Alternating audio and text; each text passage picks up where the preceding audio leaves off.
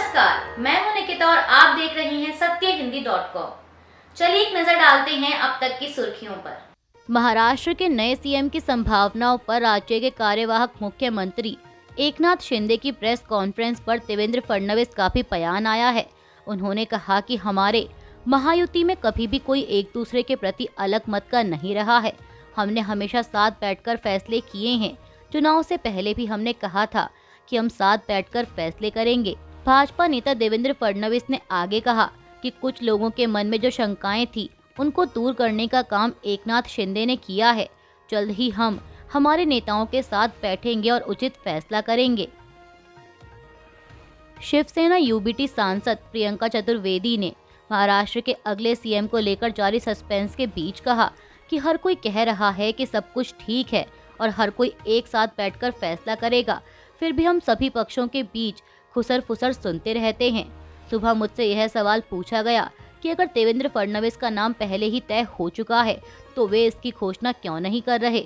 अगर एकनाथ शिंदे स्पष्ट रूप से कह रहे हैं कि प्रधानमंत्री फैसला करेंगे, अगर प्रधानमंत्री फैसला कर रहे हैं तो उन्हें बस एक फरमान जारी करना है, तो फिर इसके लिए उन्हें यानी देवेंद्र फडणवीस, एकनाथ शिंदे और अजीत पवार को दिल्ली आने की क्या जरूरत है।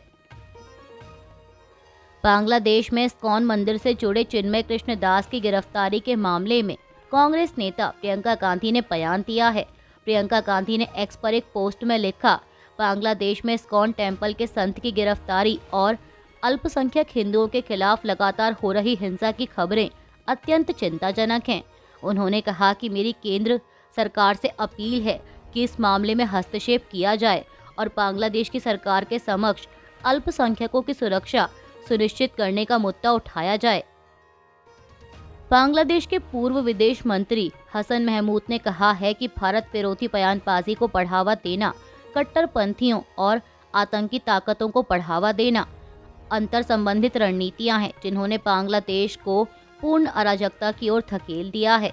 उन्होंने मुख्य सलाहकार मोहम्मद यूनुस के नेतृत्व वाली अंतरिम सरकार पर लोकतंत्र की जगह भीड़तंत्र को अनुमति देने का आरोप लगाया। पीटीआई के साथ एक विशेष टेलीफोन इंटरव्यू में महमूद, जो कि छात्रों के आंदोलन के बाद अपने देश से भाग गए थे, ने बांग्लादेश में अल्पसंख्यकों के लिए स्थिति को खतरनाक बताया। उन्होंने दावा किया कि पूर्व प्रधानमंत्री शेख हसीना के निष्कासन के बाद बांग्लादेश जमाते इस्लामी सहित चरमपंथी समूह सक्रिय हो गए हैं। उन्होंने जोर देकर कहा कि हिंदू मंदिरों और धार्मिक स्थलों पर हमले एक चिंताजनक पैटर्न का हिस्सा हैं। उन्होंने कहा कि यह अल्पसंख्यक विरोधी भावना को दर्शाता है जो तेजी से चरमपंथी बयानबाजी के साथ जुड़ रही है, जिससे धर्मनिरपेक्ष सिद्धांतों और धार्मिक अल्पसंख्यकों की सुरक्षा दोनों को खतरा हो रहा है। बांग्लादेश के सूचना एवं प्रसारण मंत्रालय के सलाहकार नाहिद इस्लाम ने चिन्मय कृष्ण दास की गिरफ्तारी के मामले पर बयान दिया है। उनका कहना है कि बांग्लादेश में चिन्मय कृष्ण दास की गिरफ्तारी पर भारत का चिंता व्यक्त करने वाला बयान उसका अधिकार है। नाहिद इस्लाम ने भारत के चिंता व्यक्त करने वाले बयान को अधिकारों का प्रयोग करार दिया। बुधवार को उन्होंने कहा कि हमें लगता है कि इस तरह के बयान देना भारत के अधिकारों का प्रयोग है। यहाँ वे घटना को भड़काने की कोशिश कर रहे हैं।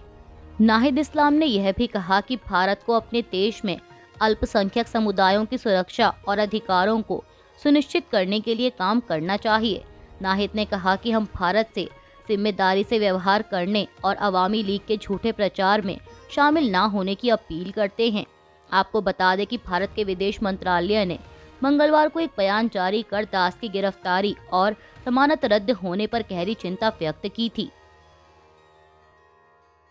संभल हिंसा को लेकर उत्तर प्रदेश में मुख्य विपक्षी दल लगातार राज्य की योगी सरकार पर निशाना साध रहा है। इसी कड़ी में समाजवादी पार्टी प्रमुख अखिलेश यादव ने बुधवार को पूछा कि जामा मस्जिद सर्वेक्षण दल के साथ नारे लगाने वाले भगवा पार्टी के कार्यकर्ताओं के खिलाफ क्या कार्रवाई की गई है।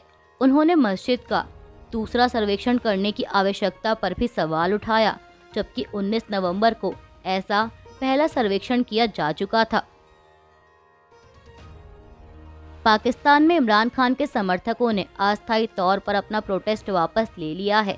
आपको बता दें कि पाकिस्तान में पीटीआई के कार्यकर्ता और समर्थक इमरान खान की रिहाई को लेकर पिछले कुछ दिनों से प्रोटेस्ट कर रहे थे।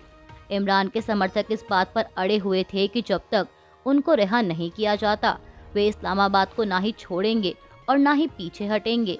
मीडिया रिपोर्ट्स के मुताबिक इस प्रोटेस्ट में अभी तक कुल 6 लोगों की जान जा चुकी है। मरने वालों में 4 सुरक्षा बलों के जवान और 2 आम नागरिक शामिल हैं। बुधवार को पीटीआई ने अपने एक बयान में कहा कि सरकार की क्रूरता की वजह से प्रोटेस्ट को अस्थायी रूप से रद्द किया जा रहा है।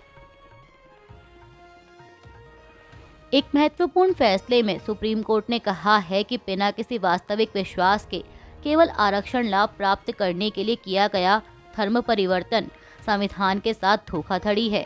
जस्टिस पंकज मित्तल और आर महादेवन ने 26 नवंबर को सी सेल्वरानी द्वारा दायर एक मामले में यह फैसला सुनाया और 24 जनवरी को मद्रास हाईकोर्ट के उस फैसले को बरकरार रखा जिसमें एक महिला को अनुसूचित जाति का प्रमाण पत्र देने से मना कर दिया गया था, जिसने ईसाई धर्म अपना लिया था लेकिन बाद में रोजगार लाभ प्राप्त करने के लिए हिंदू होने का दावा किया था। पीटीआई के मुताबिक न्यायमूर्ति महादेवन, जिन्होंने बेंच के लिए 21 पन्नों का फैसला लिखा, ने आगे इस बात पर जोर दिया कि कोई व्यक्ति किसी दूसरे धर्म में तभी परिवर्तित होता है जब वह वास्तव में उसके सिद्धांतों और आध्यात्मिक विचारों से प्रेरित होता है। महाराष्ट्र की भाजपा इकाई ने कार्यवाहक मुख्यमंत्री एकनाथ शिंदे की प्रेस कॉन्फ्रेंस पर अपनी प्रतिक्रिया दी है। प्रदेश बीजेपी अध्यक्ष चंद्रशेखर बावनकुले ने एक प्रेस कॉन्फ्रेंस में कहा कि महाराष्ट्र के महायुति के हमारे वरिष्ठ नेता, जो कि महायुति को बहुत अच्छे से आगे लेकर गए और बहुत ही बड़े दिल के नेता हैं, मुख्यमंत्री एकनाथ शिंदे, उनका मैं बहुत बहुत आभार व्यक्त करता हूं। बावनकुले ने कहा कि जिन भी लोगों को शंका थी, एकनाथ शिंदे ने आज सभी की शंकाओं को खत्म कर दिया।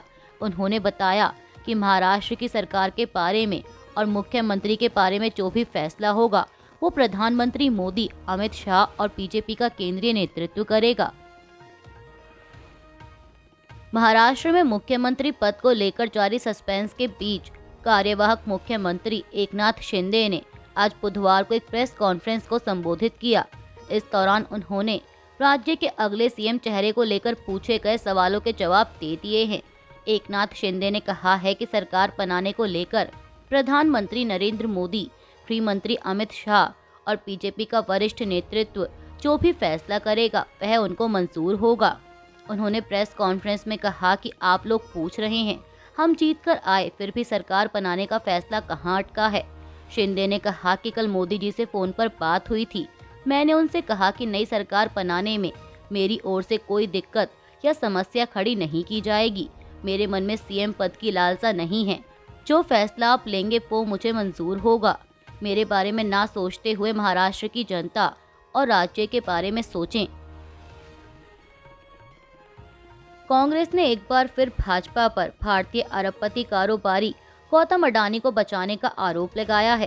कांग्रेस की प्रवक्ता सुप्रिया श्रीनेत ने एक प्रेस कॉन्फ्रेंस करते हुए सीधे केंद्र सरकार पर आरोप लगाते हुए कहा कि वह अडानी को बचा रही है। उन्होंने कहा कि अमेरिका की तरफ से गिरफ्तारी वारंट जारी होने के बाद से ही गौतम अडानी के खिलाफ कई देश जांच कर रहे हैं। दुनिया की टॉप 7 ऊर्जा कंपनियों में से एक फ्रांस की टोटल एनर्जी, जिसकी अडानी ग्रीन में 20% हिस्सेदारी है, उसने तय किया है कि वह अब अडानी ग्रुप में कोई नया निवेश नहीं करेगी। अमेरिकी एजेंसी इस बात की समीक्षा कर रही है कि अडानी को दिए गए श्रीलंकाई बंदरगाह के लिए फंडिंग की अनुमति दी जानी चाहिए या नहीं। श्रीलंका खुद भी अडानी पावर डील की समीक्षा कर रहा है। सुप्रिया श्रीनेत ने आगे कहा कि इसके अलावा इसराइल का हाइफा बंदरगाह मजदूरों की हड़ताल की वजह से चुनौतियों का सामना कर रहा है। कीनिया की सरकार पहले ही एयरपोर्ट और ऊर्जा समझौतों को रद्द कर चुकी है। बांग्लादेश की अदालत ने अडानी पावर डील पर जांच के आदेश दिए हैं। ऑस्ट्रेलिया में अडानी के खिलाफ बड़े पैमाने पर भ्रष्टाचार के आरोप लगे हैं और व्यापक विरोध प्रदर्शन भी हुए हैं। स्विट्जरलैंड ने अडानी से जुड़े करीब 2617 करोड़ रुपए गलत कामों के आरोप में जब्त कर लिए हैं। कांग्रेस प्रवक्ता ने आगे कहा कि लेकिन भारत में अडानी सुरक्षित हैं और सरकार उनकी सुरक्षा के लिए हर संभव प्रयास करेगी। उत्तर प्रदेश की योगी सरकार ने बुधवार को झांसी मेडिकल कॉलेज के प्रिंसिपल को हटा दिया और 3 कर्मचारियों को निलंबित कर दिया है। आपको बता दें कि 15 नवंबर को हुए अग्निकांड की रिपोर्ट 4 सदस्यीय समिति द्वारा सौंपे जाने के बाद यह कार्रवाई की गई।